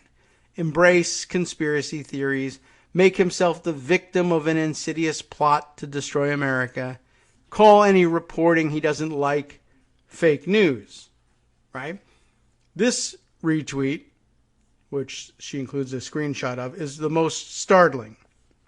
It is one from a person who calls himself the Raptor. That's THA, the _Raptor. Who says, unless people are indicted and put in prison, the corruption will continue. Now, to that point, I actually agree. But he's actually speaking of others. And here's where the Obama Gate thing comes out. He says, unless people are indicted and put in prison, he spells indicted wrong, of course, the corruption will continue. People will continue to run with fake news and conspiracies until they are shown individuals being handcuffed and prosecuted. It's also time to fire people from the FBI, CIA, DOJ, DNI. Hashtag clean house. Okay, so it's like a QAnon type thing where arrests of everybody we hate are imminent. That's the idea here. So Terry writes, this tweet here is the most startling. It's a hint that he will engage in outrageous, rule-breaking actions, or at least talk about them, right? Promising to break rules and norms does two things. First, it stokes his base. They think, our team will win. Yay! Trump is the strong man who will trample the libs. Second, it causes panic meltdown in the opposition. This is the part that we really need to think about. After the Flynn thing, right, the idea that they were going to drop the charges, and that's still in question. Well, they've made a motion. Remember, that's how we put it on Friday. They've made a motion to drop the case. And now we have to see what the judge says about that. But after the Flynn thing, Terry says, my mentions were flooded with this kind of thing. Panic meltdown. Consider how a tweet like this one creates a self-fulfilling cycle. And now here's something. This is not one of my tweets, and I don't know whether, if I open it up, it doesn't identify the person. They cut it off. They didn't want to stigmatize the person. But here's the tweet. Democracy in America is now dead. No accountability. The DOJ is now a Trump political weapon, and SCOTUS is now an ideological arm of the GOP. The world is weeping. Now, a couple things to say about that. I mean, I feel that that's true, and I said similar things, and that's why this is important to consider this. Though I don't know whether this really counts as panic meltdown. This is a tweet that has 2 retweets and 6 likes, but you get the idea. That's the tweets like this one. She says, creates a self-fulfilling cycle. Trump supporters, I hadn't thought about this, but Trump supporters see it and think, wow, Trump really is all-powerful. You know, the idea being even the libs think he's destroyed everything and that he's never going to be held accountable. And now SCOTUS is in their pocket and the Department of Justice is in their pocket, and there's just going to be win-win-win. Never mind the fact, like to rule of law people, you would say that's nothing to be proud of. But to people who love rule breakers, they don't care and they don't like or understand the rule of law anyway. We're winning. Even they think we're winning. That's something to think about. Republicans see tweets like this and think, I'd better toe the line. Trump will win, and I want to be on the winning side. That's what hierarchical thinkers care about. It's also, it keeps people from remembering that the Republicans lost the midterms by 8 points, lost control of the House and everything, right? And they lost in Wisconsin, etc., etc. Panicked tweets like that one keep people from remembering that the Republicans have not only been steadily losing elections, they're losing support. It advances the narrative that helps Trump and moves people out of the world of facts and into myths. She includes here Josh Krashauer's tweet from May 9th that says, citing the New York Times article, Trump's own polling shows him losing to Biden among seniors by a double-digit margin. Terry continues, consider this. Thomas Rid, R-I-D, right, an expert in Russian disinformation tactics, said that the extent of Russia's interference in the 2016 election was, quote, designed to be overestimated. The desire to be overestimated makes sense when you think of this from gangster mentality. If people overestimate you, if they think you're more powerful than you are, your supporters will fall more quickly in line. Your enemies will give up and despair. At best, this tweet, "The democracy in America is now dead," this tweet is based on selected facts. Select a few, ignore others. It's dangerous to underestimate Trump by assuming that he's just stupid and crazy. It's equally dangerous to overestimate him. If I were Trump and wanted to destroy democracy and install a leadership cult, I'd try to goad the Democrats into fighting like Republicans. I don't know that I would think that that's his thinking, or that I would try that if I were trying to be him. But I'd also try to persuade them that I'm winning, so they should just melt down. On the other hand, if I wanted to save democracy, I'd tell everyone to work on getting their absentee ballots, which is maybe what she's saying, well, we ought to do. If I wanted to save democracy, and I do, I'd work on getting everyone to sign up for absentee ballots. Winning in November will not solve all our problems, but it is a necessary first step. That's certainly the case.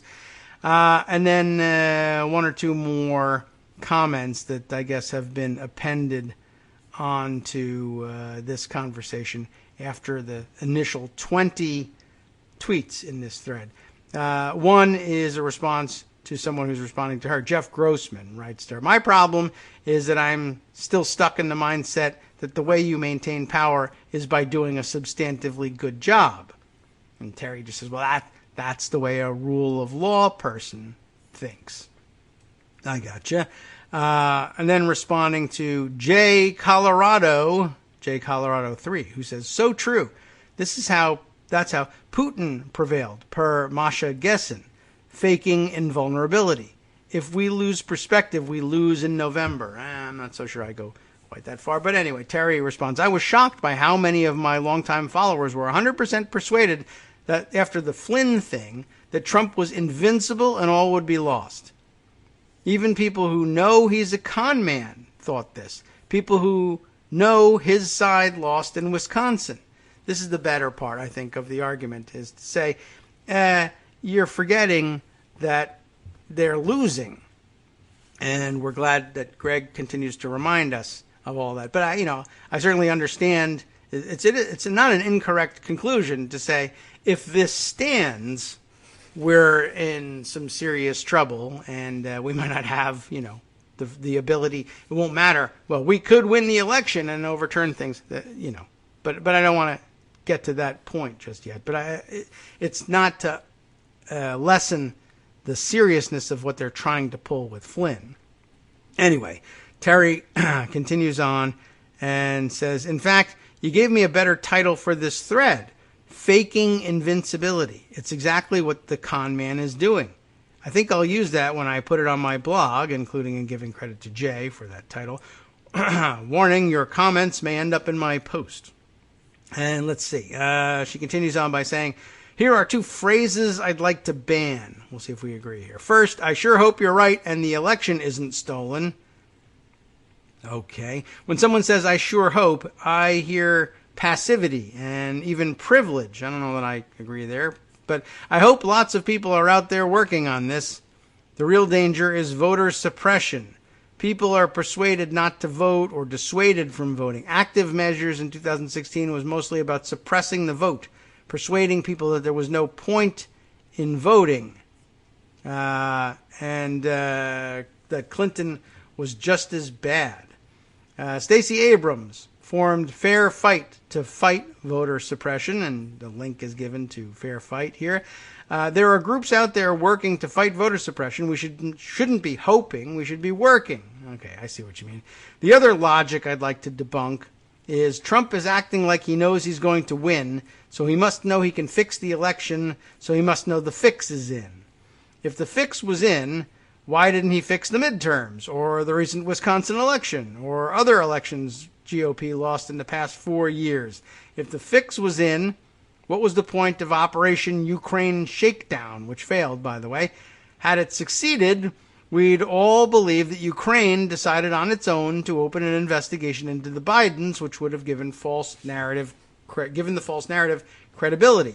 Operation Ukraine Shakedown was launched shortly after the GOP lost the midterms in 2018 because the writing was on the wall.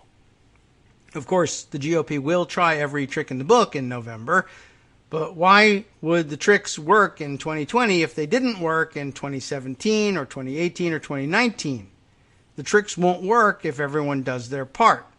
Rant over. That was quite a rant, and that's the end of it. And okay, so that was worth, I think, thumbing through just to at least bring up the concept of, all right, well, don't do their work for them by declaring him to be invincible. I mean, you can express your outrage, certainly, but then keep in mind that we need to trounce him and bounce him from office. And P.S., let me please not hear about not prosecuting people afterwards, although, quite honestly, I think that is what we will hear. But that's where we find ourselves at the moment. And, we did that already. And by the way, that'd be like the 4th time in a row that we make the same mistake of not looking backwards if we end up doing that again.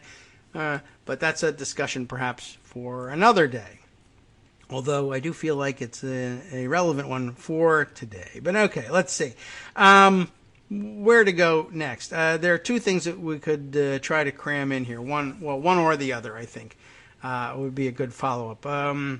Maybe the smarter of the 2 would be to bolster this thing by saying, let's talk about the Flynn thing, since that was what motivated this. Although I do have more to say. There's a new story about Yulia Tymoshenko and Ukraine, which will bring us back to an old theme too. But let's stick with the more current theme here. I mentioned that, I have another Lawfare article here to share with you. Now, this is it. So Lawfare gets 2 hits today, one from Greg, one from me. The Justice Department wants to drop Flynn's case. Can the judge say no? We did hint at this on Friday that this was a possibility. Now Lawfare is weighing in on this in the form of an article by Charlotte Butash and Hillary Hurd.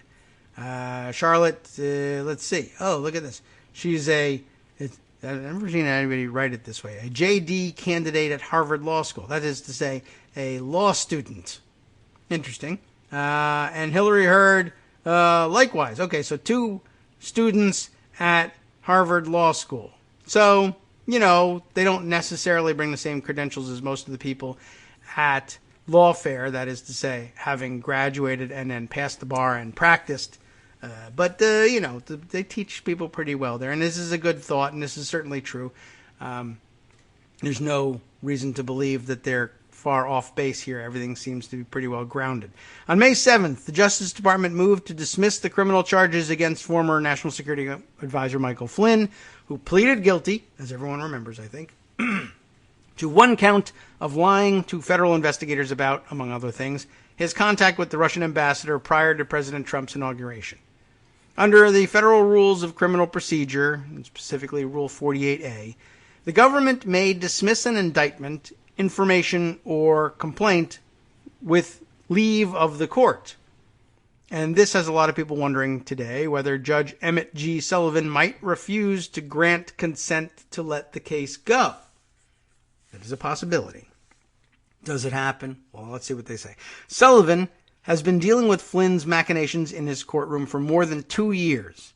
Some commentators understandably regard the Justice Department's current conduct as an unacceptable bait and switch, but precedent from the Supreme Court and the U.S. Court of Appeals for the D.C. Circuit leaves little room for the judge presiding over the Flynn case to decline to grant the government's motion. It's a possibility because it requires leave of the court. Does it ever really happen in practice, I guess, is what we're really looking at. In 1977, in Rinaldi v. United States, the Supreme Court addressed a district court's decision to deny a Rule 48A motion. The defendant, who had been convicted of robbery in state court, was tried and convicted for offenses arising out of the same robbery in federal court. Okay. Convicted in state court, tried and convicted for offenses arising out of the same robbery in federal court. The Justice Department filed a Rule 48A motion to dismiss the federal charges, but the district court refused to give leave of the court because, the judge wrote, the prosecutor had acted in bad faith by misrepresenting his original authorization from the Justice Department to file charges. The department's Petit policy, so named for Petit v. U.S., the case on which it was based, counseled against multiple prosecutions for the same act, but the prosecutor had informed the court that the government had decided to vigorously prosecute the federal charges despite the prior state prosecution. And then later they said, we actually decided the opposite, and they were not happy about that. The Supreme Court, however, held that the salient issue under Rule 48A was not whether the original decision to bring charges was made in bad faith, but rather whether the government's motion to dismiss the prosecution was similarly tainted with impropriety. Finding no impropriety in the dismissal, the justices held the court should have granted the motion to dismiss. The Supreme Court emphasized that defendants should benefit from the department's policy against multiple prosecutions when the department pushes for its application. The Supreme Court's decision does not explicitly limit the appropriateness of an inquiry into whether the motion is tainted with impropriety only to situations in which a defendant faces multiple repeat prosecutions. It does, however, note that the principal object of the leave of court requirement is to protect the defendant against prosecutorial harassment. If that were the only relevant decision, Sullivan might take the view that it doesn't control this case, but the D.C. Circuit has interpreted Rinaldi very broadly. In 2016, the D.C. Circuit re-emphasized that a district court reviews a Rule 48A motion primarily to protect a defendant from dismissals, that are part of a scheme of prosecutorial harassment to repeatedly bring and then dismiss charges. The D.C. Circuit decision, U.S. v. Fokker Services, F-O-K-K-E-R, in case you were wondering, concerned whether a district court could properly deny a motion to delay a trial under the Speedy Trial Act's exception for deferred prosecution agreements. This is very dense. The deferred prosecution agreements between the parties with the approval of the court, because it concluded that the deferred prosecution agreement at issue was too lenient. The D.C. Circuit interpreted this approval of the court language in light of separation of powers principles, avoiding an interpretation that would impinge on the executive's constitutionally rooted power over criminal charging decisions. Phew. These guys need to clean this up a little bit here. As an example of this mode of interpretation, the court pointed to Rule 48A. Although the language requiring leave of the court could conceivably be read broadly, the D.C. Circuit stated decisions to dismiss pending criminal charges fall within the prosecutorial discretion of the executive branch, and Rinaldi stands for the proposition that Rule 48A does not confer any substantial role for courts in determining whether charges should be dismissed. Instead, the role of the courts is quite narrow. Protect a defendant against prosecutorial harassment through repeated efforts to file and then dismiss charges. The D.C. Circuit then explicitly rejected the idea that leave of the court allows a judge to deny a motion to dismiss based on his belief, or the judge's belief, its belief, the court's belief, that the defendant should stand trial, or that any remaining charges fail to adequately address the gravity of his alleged conduct. I don't know if that follows. To deny the government's current motion, in other words, Sullivan would have to distinguish this case from broad and controlling precedent, particularly given that the government is seeking to dismiss the charge with prejudice so that no future Justice Department could refile the case. Sullivan could not reasonably conclude that the dismissal is part of any broad pattern designed to harass the defendant. Instead, he would have to read into Rule 48 standard some broader exception for bad faith dismissals. In the alternative, he could perhaps grant the motion, but convert it into a motion to dismiss without prejudice. Ruling on a 48A motion in 2019 in United States v. Pitts, Sullivan himself, actually, recognized that, quote, there is a strong presumption in favor of a dismissal without prejudice. Without prejudice, In Pitts, in fact, the judge converted a motion to dismiss without prejudice into one with prejudice. But in that case, he did so because the government was seeking a tactical prosecutorial advantage by dismissing without prejudice, which is not the case here. This is not going to help the average listener, I'm afraid. And so, applying the presumption of no prejudice, Sullivan might conceivably convert the government's motion to one without prejudice. If Sullivan converted the motion, here's the bottom line on this, a future Justice Department would be able to refile the case. Okay, one thing Sullivan clearly has the authority to do, however he rules on the motion, is to demand an explanation. The Justice Department's position in this case is genuinely unusual. The defendant and the government have gone from agreeing that Flynn is guilty of a crime to agreeing that a charge cannot stand without much significant change in underlying facts. What's more, no career prosecutor who worked the case was willing to sign the government's brief seeking dismissal. Another important point. At a minimum, Sullivan clearly has the authority to call the government's lawyers before him to defend and account for their decision to dismiss Flynn's charges. Wow. Okay, I thought that might be a little bit more helpful when I began this, and quite honestly, no. It did not really clarify things through the writing, and leaves me with the question of why anyone would wonder about prosecutorial schemes to harass a defendant when clearly it is the aim of the Justice Department not to harass this defendant and to make his life considerably easier than it ought to be. So I'm not certain how that even enters into the picture, but maybe I can digest that for you better off the air and clear it up, or maybe some of the other writers on the site will begin to comment on that, and their writing styles might be a little bit more clarifying. But at the minimum, yes, it's true that the judge can say, all right, well, I'm going to ask for some more briefing and some oral arguments here.